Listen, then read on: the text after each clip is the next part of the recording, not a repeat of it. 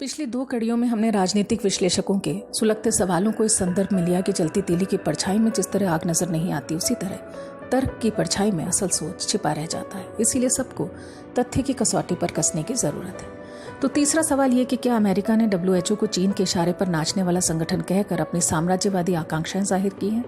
America ने WHO की funding बंद क्यों की? साल 2011 से 2018 के बीच WHO ने 172 देशों में 1483 बीमारियों की पहचान की। वर्ल्ड बैंक, UN और WHO की पहल पर एक स्वतंत्र संस्था ग्लोबल प्रिपेयर्डनेस मॉनिटरिंग बोर्ड ने अ वर्ल्ड एट रिस्क नाम की रिपोर्ट तैयार की, जिसने कोरोना महामारी की चेतावनी सितंबर 2019 में दे दी थी, लेकिन किसी ने खतरे की घंटी नहीं बजाई। वुहान में काफी संख्या में निमोनिया जैसी बीमारी रिपोर्ट होने पर चीन ने WHO को 31 दिसंबर 2019 को सूचित किया। चीन के डॉक्टर महीने भर से कह रहे थे, मगर 14 जनवरी 2020 को WHO ने कहा कि वुहान में पाए गए नोवेल कोरोना वायरस के संक्रमण के इंसान से इंसान में फैलने के कोई प्रमाण नहीं है। आखिरकार 22 जनवरी को माना कि वुहान में इंसान इंसान को संक्रमित कर रहे हैं। 30 जनवरी 2020 को पब्लिक हेल्थ इमरजेंसी मानते हुए अंतर्राष्ट्रीय चेतावनी जारी की गई, लेकिन इस वक्त तक भी WHO ने अंतर्राष्ट्रीय यात्राओं पर पाबंदी को गैर जरूरी बताया। WHO को पैसा देने वाले 194 देशों में से सबसे बड़ा हिस्सा अमेरिका से और दूसरा चीन से आता है।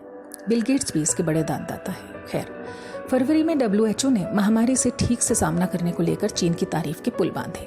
इस दौरान ये वायरस चीन से यूरोप और अमेरिका तक पहुंच गया, क्योंकि WHO ने अंतर्राष्ट्रीय यात्राओं के बारे में कोई निर्देश जारी नहीं किए थे।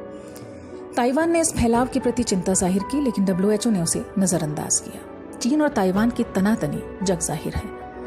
जब ताइवान अपने लोगों को मास्क बांट रहा था, तब WHO कह रहा था कि मास्क पहनने की कोई जरूरत नहीं है, जबकि जिन रोगियों में लक्षण नजर नहीं आते, यानी एसिम्प्टोमेटिक मामलों में स्वास्थ्य विशेषज्ञ मास्क की अहमियत बता चुके थे, लेकिन WHO इसे मानने को राजी नहीं था। आखिरकार जब इटली में 11 मार्च को 10,000 मामले रिपोर्ट होने पर हालात बेकाबू हो गए, तब जाकर WHO को इसकी गंभीरता का अंदाजा हुआ और इसे ग्लोबल पैंडेमिक घोषित किया।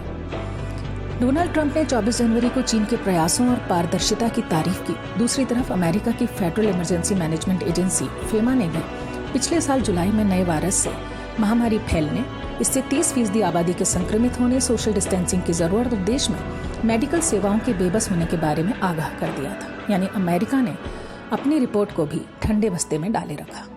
तो कौन संजीदा कौन लापरवाह, ये फैसला आपका। लेकिन ये सच है कि लम्हों ने खता की और अब सदियां इसकी सजा पाएंगी। अगली कड़ी में बात करेंगे लॉकडाउन जल्द खोले जाने के लिए बनाए जा रहे दबाव की।